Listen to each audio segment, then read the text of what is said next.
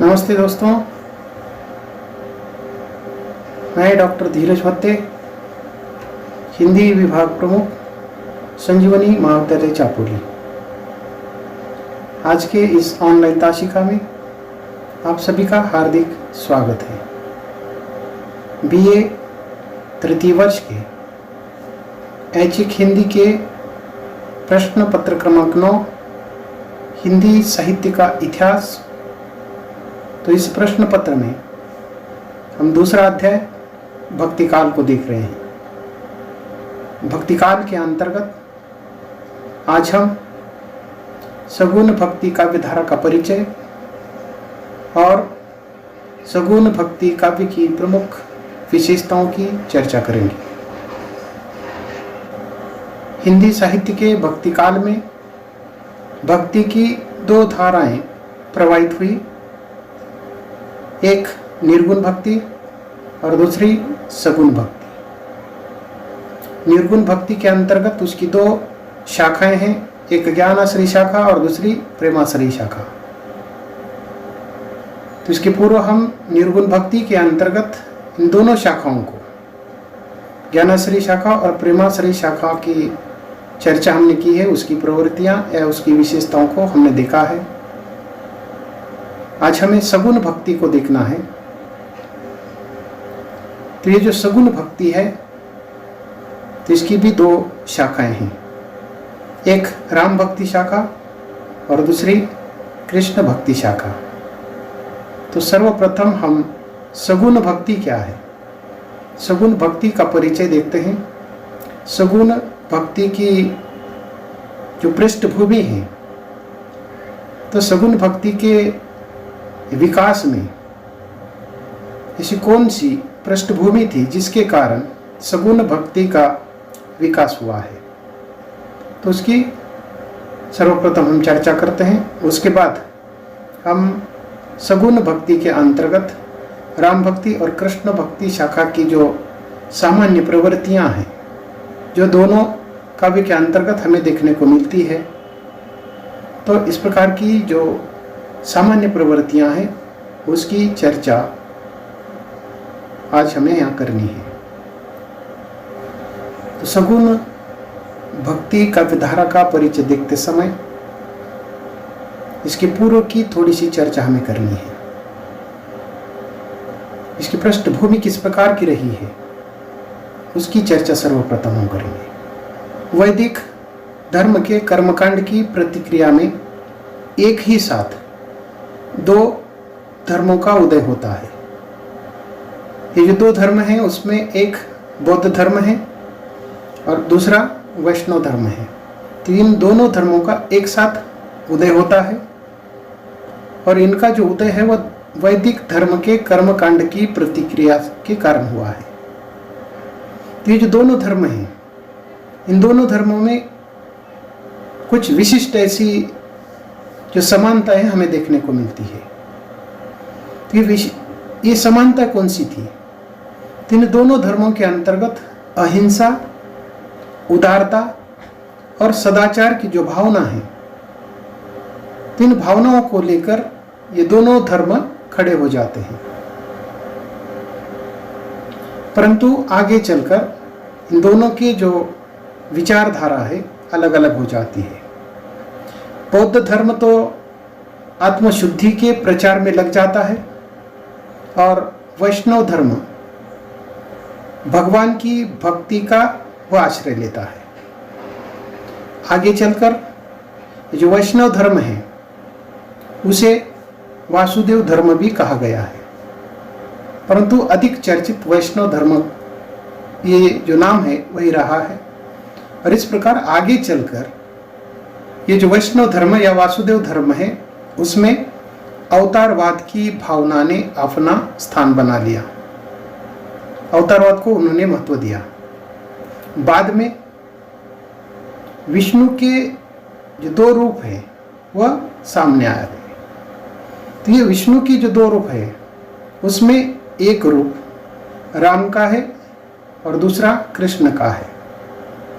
कालांतर में भक्ति की यही धारा हिंदू साहित्य में प्रकट हुई। ये वैष्णव भक्ति के अंतर्गत इस प्रकार के दो अलग अलग धाराएं सामने आती है या विकसित होती है, जिसके अंतर्गत राम भक्ति शाखा और कृष्ण भक्ति शाखा, और यही आगे चलकर हिंदू साहित्य के अंतर्गत भक्ति की धारा के रूप में चर्चित होती है या प्रकट होती है। भक्ति काल की यह धार्मिक जो भावना है, सबसे पहले तो पूर्वी दक्षिणी भारत से वह उत्तरी भारत में आती है। उत्तरी भारत में उसका पूर्णतः जो विकास है हम मध्य कालखंड के अंतर्गत पाते हैं। तो इस प्रकार भक्ति काल की ये जो धार्मिक भावना है उत्तर भारत में विकसित होने से पूर्व वह दक्षिणी भारत में वह पल्लवित और पुष्पित हो चुकी थी, और आगे चलकर यही भावना वैश्विक या वैष्णव धर्म से उसका उद्भव होता है। तो इस प्रकार भक्ति की यह धार्मिक भावना उत्तर भारत में पूर्णतः विकसित होती हुई दिखाई देती है। हिंदी साहित्य के भक्ति काल में भक्ति की दो धाराएं प्रवाहित होती है, एक निर्गुण भक्ति है और दूसरी सगुण भक्ति है। हमने इसकी चर्चा इसके पहले की है।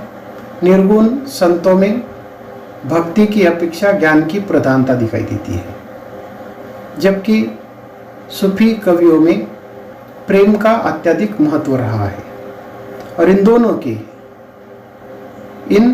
दोनों ने ईश्वर के सगुण रूप का स्वीकार किया है। मध्यकालीन जो दूसरा संप्रदाय सगुण संप्रदाय है, उसने वैष्णव धर्म से जो पोषण है वह प्राप्त किया है, या वैष्णव धर्म के माध्यम से उसका जन्म हुआ है। और ये जो सगुण भक्ति या सगुण जो संप्रदाय है, इन्होंने ज्ञान, कर्म और भक्ति में भक्ति को ही अपना उपजीव्य के रूप में उन्होंने ग्रहण किया है। तो इसके अंतर्गत भक्ति बहुत महत्वपूर्ण है। हम जानते हैं कि जो निर्गुण साहित्य है, निर्गुण साहित्य लेखन करने वाले संत कहलाए गए, और सगुण भक्ति के अंतर्गत लेखन करने वाले भक्त कहलाए गए। तो इस प्रकार उनका जो मुख्य मार्ग है वह भक्ति का रहा है। हिंदी के वैष्णव भक्त कवियों ने ज्ञान की अवहेलना तो नहीं की, पर उसे भक्ति जैसा सामर्थ्य भी नहीं बताया।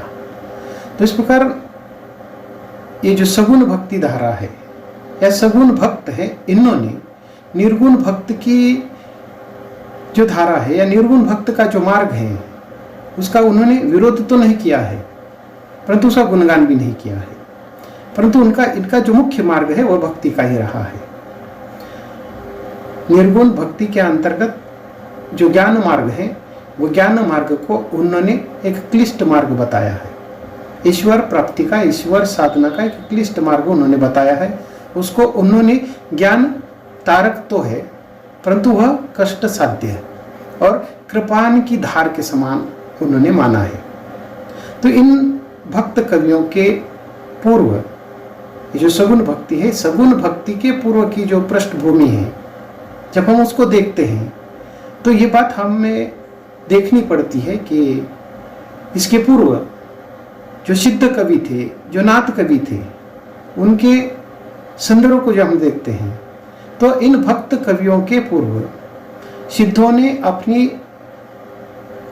अपना जो दुख है, अपने दुख को साधना पद्धति के माध्यम से वह जन सामान्य को बुरी तरह से विस्मित करते हैं, कष्टित करते हैं, कष्ट देते हैं। और दूसरा जो पंथ है नाथ पंथ, तो उन्होंने अपनी योग प्रणाली के द्वारा लोगों के अंतर्गत एक प्रकार का जो चमत्कार है करने का वह कार्य करते हैं। तो ये जो निर्गुणीय संत हैं, तो इन निर्गुण संतों की जो वाणी है उसके अंतर्गत एक प्रकार का कर्मकांड दिखाई देता है। कर्मकांड का घोर उन्होंने तिरस्कार किया, और ये जो परंपरा है वह निर्गुण भक्ति साहित्य के अंतर्गत हमें देखने को मिलती है।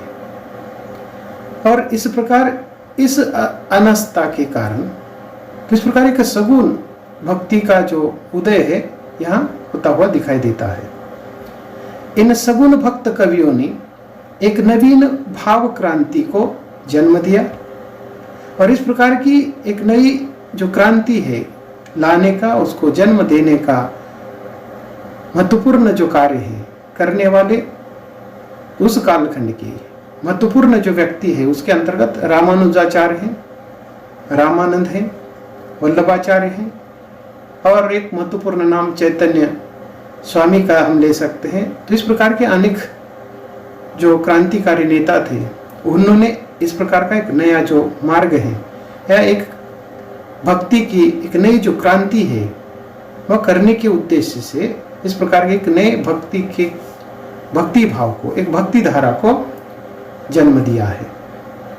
सगुण संप्रदाय की जब हम पृष्ठभूमि के अंतर्गत इन विभिन्न संप्रदायों की चर्चा करते हैं तो उसमें सबसे महत्वपूर्ण जो संप्रदाय है वह वैष्णव संप्रदाय रहा है।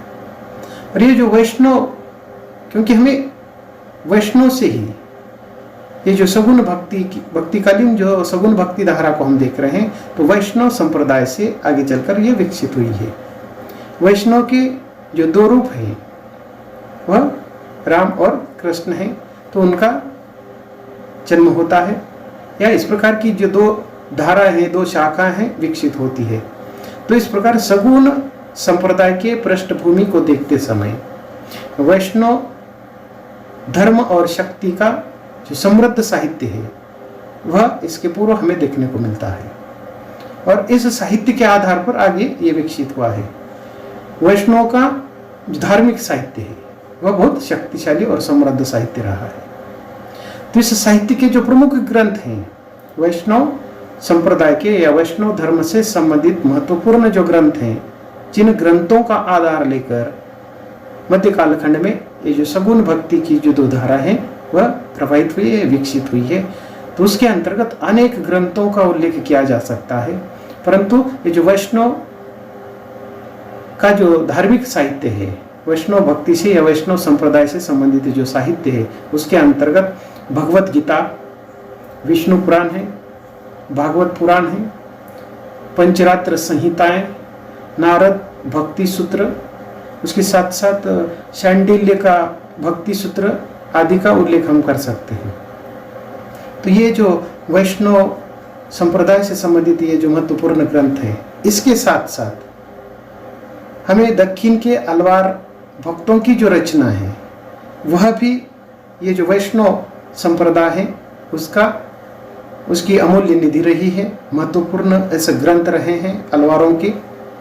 और दक्षिण के अलवार जो कि आचार्य कहे गए, तो इन आचार्यों के अंतर्गत जो महत्वपूर्ण रचनाकार हैं उसमें नाथ मुनि, यमुनाचार्य, रामानुजाचार्य, निम्बार्काचार्य, माधवाचार्य और वल्लभाचार्य का उल्लेख हम कर सकते हैं। तो इन आचार्यों ने सगुण भक्ति धारा को अपनी निजी यानी कि वैयक्तिक अनुभूति एवं शास्त्रीय जो दार्शनिकता है उस दार्शनिकता से उसको संचलित किया है, प्रवाहित किया है या विकसित किया है। तो इन आचार्यों ने सगुण भक्ति के उस रूप की प्रतिष्ठा की जिसमें मानव हृदय विश्राम भी पाता है और कलात्मक सौंदर्य से मुग्ध और तृप्त भी होता है। तो इस प्रकार सामान्यतः ये जो सगुण भक्ति काव्य है वह वैष्णव संप्रदाय से विकसित संप्रदाय है और इसकी जो पार्श्वभूमि है, पृष्ठभूमि है, वह इसके पूर्व की जो कि दक्षिण के अलवार आचार्य हो, उसके अंतर्गत सिद्ध है, नाथ है, तो उनके द्वारा चलाए गए या सिद्धों की जो साधना पद्धति है या नाथों की जो योग पद्धति है उसके कारण आगे चलकर इस प्रकार की एक नई जो भाव क्रांति है वह जन्म लेती है और वैष्णव धर्म के और उसके साथ साथ अलवारों के विभिन्न प्रकार का जो साहित्य संपदा है उसके आधार पर ये जो सगुण भक्ति है, सगुण भक्ति का ये जो रूप है वह प्रतिष्ठित होता है, विकसित होता है। और इस सगुण भक्ति के अंतर्गत जो मनुष्य है, मनुष्य हृदय से विश्राम करता है और कलात्मक सौंदर्य से मुग्ध होता है, तृप्त होता है। जो भक्तिकालीन साहित्य है, इस भक्तिकालीन साहित्य के अंतर्गत कुछ विभिन्न सिद्धांतों का उल्लेख होता है, उसको हम संक्षेप में उसकी चर्चा करते हैं। तो ये जो सिद्धांत है, सिद्धांत का अर्थ क्या है? कि निश्चित मत होता है, वो दार्शनिक विचारधारा होती है। और उस विचारधारा को लेकर ये जो कवि है या महान व्यक्ति है, उसके आधार पर वह कार्य करते हैं, लेखन करते हैं। तो हम एक एक सिद्धांत को संक्षिप्त उसका अर्थ समझने की कोशिश करते हैं। तो इस प्रकार अभी हमने जिन सिद्धांतों का उल्लेख किया है, तो उसके अंतर्गत एकेश्वरवाद है, अद्वैतवाद है, विशिष्टाद्वैत है, द्वैताद्वैत है, द्वैतवाद है और शुद्धाद्वैतवाद है। तो इसके अलावा अनेक सिद्धांतों का उल्लेख हम भक्तिकालीन साहित्य में देखते हैं।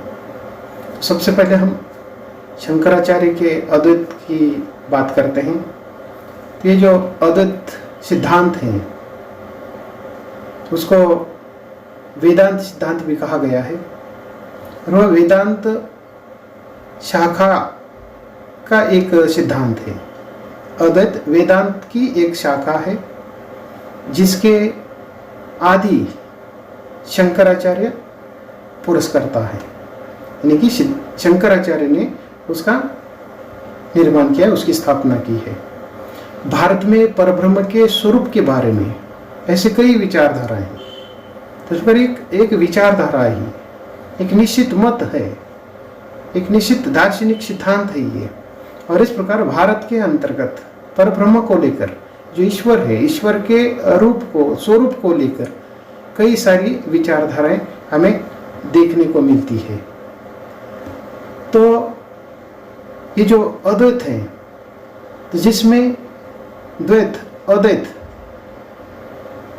तो इस प्रकार भारत के अंतर्गत जो प्रमुख ऐसे जो सिद्धांत है, जिसमें द्वैत अद्वैत है, विशिष्टाद्वैत है, केवलाद्वैत है, द्वैताद्वैत, ऐसी कई विचारधाराएं हैं।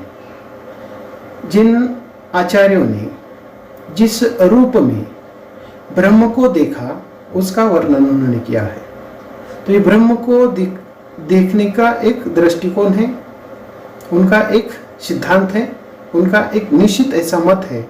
और जिन्होंने, जिस कवि ने या जिस आचार्य ने ब्रह्म का रूप जिस प्रकार से देखा है, उस प्रकार उसका वर्णन किया है। इतनी विचारधाराएं होने के बावजूद भी ये जो भगवान है, वह सृष्टि का निर्माता मानते हैं। अर्थात अनेक विद्वानों ने अनेक प्रकार के रूपों का उल्लेख किया है, परंतु सभी का जो मत है, अंत में एक ही मत पर पहुंचते हैं, भगवान इस सृष्टि का निर्माता मानते हैं। ये जो अद्वैतवादी जो विचारधारा है, उसके संस्थापक शंकराचार्य हैं। शंकराचार्य के द्वारा इस अद्वैतवादी सिद्धांत की स्थापना करने के कारण उसे शंकराद्वैत भी कहा जाता है। शंकराचार्य मानते हैं कि संसार में ब्रह्म ही सत्य है, जगत मिथ्या है। जीव और ब्रह्म अलग नहीं है। जीव केवल अज्ञान के कारण ही ब्रह्म को नहीं जान पाता, जबकि ब्रह्म को उसके ही अंदर विराजमान है। तो इस प्रकार शंकराचार्य का ये जो अद्वैतवाद का जो सिद्धांत है, शंकराचार्य का ये मत है, या इस सिद्धांत का यह अर्थ है कि यहाँ ब्रह्म और जो सत्य है वह अलग अलग नहीं है, दोनों एक ही है। तो इस प्रकार यहाँ आत्मा और परमात्मा में कोई अंतर नहीं किया गया, कोई भेद नहीं किया गया है।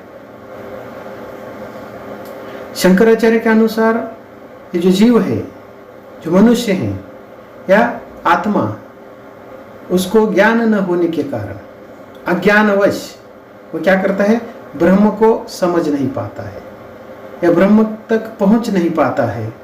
जबकि अर्थात अज्ञान इस प्रकार का है कि उसे पता नहीं है कि ब्रह्म तो उसके ही अंदर है, परंतु इस अज्ञान के कारण वह ब्रह्म को बाहर ढूंढ रहा है।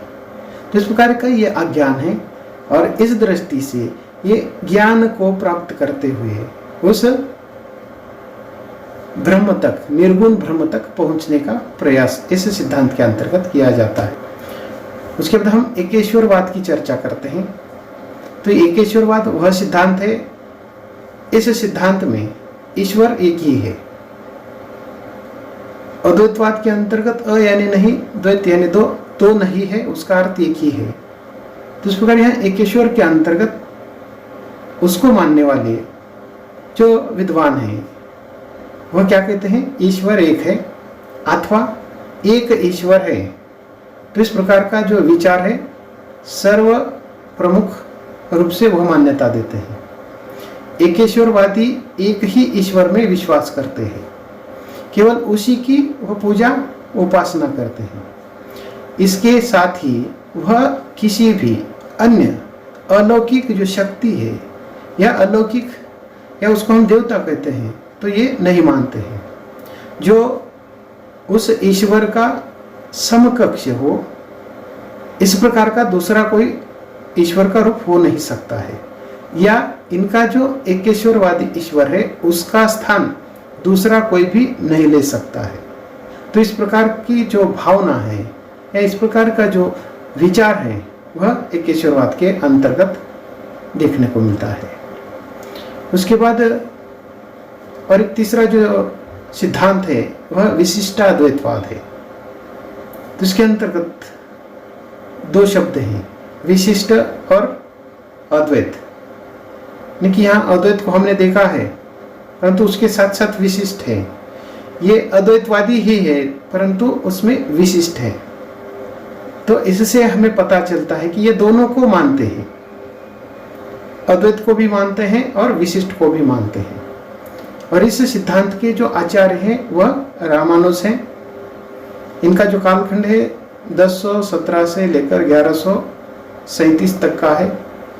और रामानुजाचार्य के अनुसार या उनका ये जो दार्शनिक मत है उनके अनुसार जगत और जीवात्मा दोनों कार्यरत है। जगत जग भी है और जीवात्मा भी है। जगत यानी ईश्वर, जीवात्मा यानी आत्मा, मनुष्य। तो उस पर ये दोनों कार्यरत हैं, और ये दोनों भी ब्रह्म से भिन्न है, फिर भी वे ब्रह्म से ही उद्भूत हैं या उससे ही निर्मित है। ब्रह्म से ही उसी प्रकार का संबंध है। यानी कि ये जो मनुष्य है, आत्मा और परमात्मा, इन दोनों का संबंध प्रस्तापित करते हुए दोनों को उन्होंने अलग नहीं माना है, दोनों को एक ही माना है। और दोनों का संबंध वह सूर्य और उनकी जो किरणें हैं उसके जैसा वह संबंध प्रस्तापित करते हैं। अंत में उनका जो दृष्टिकोण है, ब्रह्म एक होने पर भी अनेक है। तो इस प्रकार का उनका विचार है। देखिए, ब्रह्म तो एक है मानते हैं, परंतु उसकी जो अनेक किरणें हैं तो वह उससे ही उत्पन्न है। तो इस प्रकार हम उनको अलग नहीं कर सकते। तो ये विशिष्ट है। तो इस प्रकार का उनका रामानुजाचार्य का जो सिद्धांत है वह जीवात्मा और जगत दोनों ये कार्यरत हैं, और जो ब्रह्मा से भिन्न नहीं है, ब्रह्म से ही वो ये उत्पन्न है, ब्रह्म से ही उनका संबंध है। जिस प्रकार का संबंध किरणों का सूर्य के साथ होता है। तो इस प्रकार ब्रह्म एक होने पर भी अनेक होने का जो मत है वह रामानुजाचार्य का या उनके सिद्धांत का विशिष्टाद्वैतवाद का रहा है। विशिष्ट है, अद्वैत है लेकिन वह विशिष्ट है। उसके बाद और एक जो सिद्धांत है वह द्वैताद्वैत है। और इस सिद्धांत के जो प्रवर्तक हैं वह निम्बार्काचार्य हैं। तो द्वैताद्वैत का दर्शन करने वाले जो प्रणेता है वह निम्बार्क है। और उनके अनुसार द्वैताद्वैत को उन्होंने और एक शब्द का प्रयोग किया है, भेदाभेदवाद। भेदाभेदवाद के अंतर्गत भेद और अभेद, तो ये दो प्रकार की धारा या दो प्रकार के मत यहाँ देखने को मिलते हैं। निम्बार्क के अनुसार ईश्वर, जीव और जगत के मध्य जो भेदभाव है सिद्ध करते हुए अद्वैत और द्वैत दोनों समान रूप से उन्होंने प्रतिष्ठा की है। तो इस प्रकार निम्बार्काचार्य ने भी दोनों का स्वीकार किया है, निर्गुण का भी और सगुण का भी। तो इस प्रकार दोनों का स्वीकार करते हुए उन्होंने क्या किया, दोनों को समान रूप से प्रतिष्ठित करने का प्रयास किया है। और इस प्रकार द्वैतवाद कहा है। दोनों दो प्रकार के वाद है, दो प्रकार के ईश्वर है, और उन दोनों की प्रमुखता से उन्होंने प्रतिष्ठा की है या उसका महत्व व्यक्त किया है। उसके बाद अगला और एक जो सिद्धांत है वह द्वैतवाद है। द्वैत यानी दो ईश्वर इसके अंतर्गत होने की बात कही है। ये जो सिद्धांत है, इस सिद्धांत के जो प्रवर्तक है वह माधवाचार्य हैं। 1199 से 1303 का उनका कालखंड रहा है। और ये जो द्वैतवाद जो सिद्धांत है ये मूलतः संस्कृत का शब्द है। द्वैत का अर्थ दो भागों में अथवा उसके दो भिन्न रूप वाली स्थिति। तो इस प्रकार यहाँ दो स्पष्ट अंतर किया जा रहा है कि ये दो है। तो इस प्रकार संस्कृत का ये जो शब्द है उस शब्द के ही अर्थ दो है, अलग अलग है। इस शब्द के अर्थ में विषयवार भिन्नता आ जाती है। जैसे कि दर्शन और धर्म, दर्शन अथवा धर्म में इसका अर्थ पूजा अर्चना से लिया जाता है, जिसके अनुसार प्रार्थना करने वाला और सुनने वाला दो अलग रूप हैं। एक प्रार्थना कर रहा है और दूसरा सुन रहा है। तो इस प्रकार के ये दो अलग है, अलग एक दर्शन है, दूसरा धर्म है, और ये दोनों क्या कर रहे हैं, उसकी पूजा अर्चा कर रहे हैं। परंतु माधवाचार्य के अनुसार प्रार्थना करने वाला और सुनने वाला ये दो अलग अलग है। इन दोनों की मिश्रित रचना को द्वैतवाद कहा गया है। जैसे कि प्रार्थना करने वाला, उदाहरण के तौर पर कोई भक्त कवि है और सुनने वाला हम जैसे पाठक हैं, लोग हैं, तो उन दोनों के द्वारा रची गई जो रचना है, मिश्रित दोनों का जो रूप है, उसको उन्होंने द्वैतवाद कहा है। द्वैतवाद को द्वित्ववाद के नाम से भी जाना जाता है। द्वैतवाद के अनुसार संपूर्ण सृष्टि के अंतिम सत्य दो है। तो ये जो सृष्टि है, सृष्टि का जो निर्माण है, तो इन दोनों के कारण हुआ है या दोनों के सहायता से हुआ है। इस प्रकार यानी कि यहाँ दो प्रकार के जो मत है, दोनों को एक मानते हैं। एक है लेकिन उसके दो भाग किए जाते हैं, और दोनों का जो मिश्रित रूप है उसको द्वैतवाद कहा गया है। उसके बाद और एक जो शुद्धा द्वैतवाद है, जो वल्लभाचार्य द्वारा प्रतिष्ठित हुआ है। वल्लभाचार्य का जो समय है 1479 से 1531 उनका एक कालखंड है, और इस कालखंड के अंतर्गत वल्लभाचार्य ने पुष्टि मार्ग की उन्होंने स्थापना की थी। हम जब कृष्ण भक्ति साहित्य की चर्चा करें उस समय उनकी चर्चा करेंगे, वल्लभाचार्य उनके पुष्टि मार्ग की। तो जो पुष्टि मार्ग है उसकी स्थापना उन्होंने की है। यह एक वैष्णव संप्रदाय है जो कृष्ण की जो पूजा है वह यहाँ करता है। तो इस प्रकार ये जो मूलतः ये जो शुद्धाद्वैतवाद है वह पुष्टि मार्ग है, या पुष्टि मार्ग और शुद्धाद्वैतवाद का जो कार्य है एक ही है। और इस सिद्धांत के अंतर्गत जो वैष्णव संप्रदाय है, वैष्णव संप्रदाय की जो दो शाखाएं हैं, एक राम भक्ति है, दूसरी कृष्ण भक्ति है। उसमें से जो दूसरी कृष्ण भक्ति है तो उसकी पूजा अर्चा करने वाले ये वल्लभाचार्य रहे, या ये जो सिद्धांत रहा है। तो इस प्रकार ये शुद्धाद्वैतवाद का जो दर्शन है वह आचार्य शंकराचार्य के अद्वैतवादी सिद्धांत से भिन्न रहा है। तो आज हम यही रुकते हैं। अगली जो विशेषता है अगले सत्र के अंतर्गत हम देखते हैं। धन्यवाद।